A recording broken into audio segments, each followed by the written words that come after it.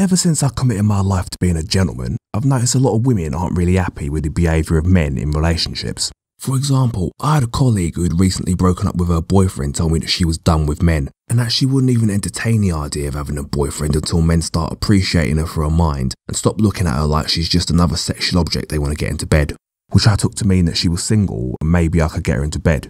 So I offered to give her a little analogy of the male psyche in relation to women in order to illustrate that although it can sometimes seem like men are only interested in looking at a woman's body, I'm not that kind of guy because I'm more than happy to have sex with the lights off.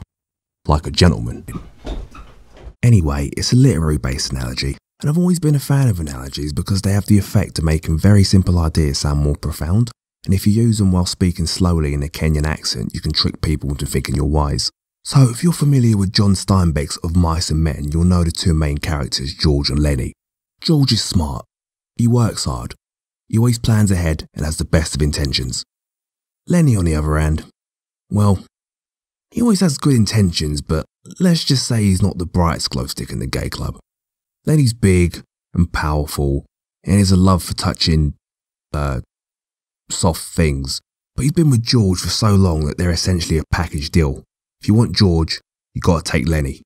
Now, George and Lennie are chasing their dream of having their own farm, a house, land, animals, somewhere they can really settle down without having to constantly go from one place to the other. Of course, Lennie's main interest is being able to tend to the rabbits. He loves those rabbits, because they're soft and warm. But in order to get the farm, they need to work together. George does his bit, Lennie does his bit. Unfortunately, Lennie's love of touching soft things can serve as a distraction, and his impulsive behaviour has a history of derailing their efforts. Now, George and Lennie both know that Lennie's love of soft things and his lack of self-control can get him into a lot of trouble. And it's for this reason Lennie looks to George for guidance, and George is always reminding Lennie to keep his head down and mind his own business, because when he gets excited about one of those soft things, trouble's not far behind.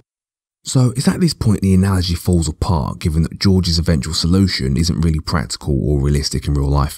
But it's important to realise that it's impossible for George to always be his best self as long as he has to babysit Lennie, and it's ultimately up to anybody dealing with George to decide if they hold George responsible for the trouble that Lennie causes. So I guess the moral of the story, and certainly the most important lesson I took away from all of this, is if you're hoping to get a work colleague into bed, it's probably better to use a more optimistic analogy. Gentlemen! Nah!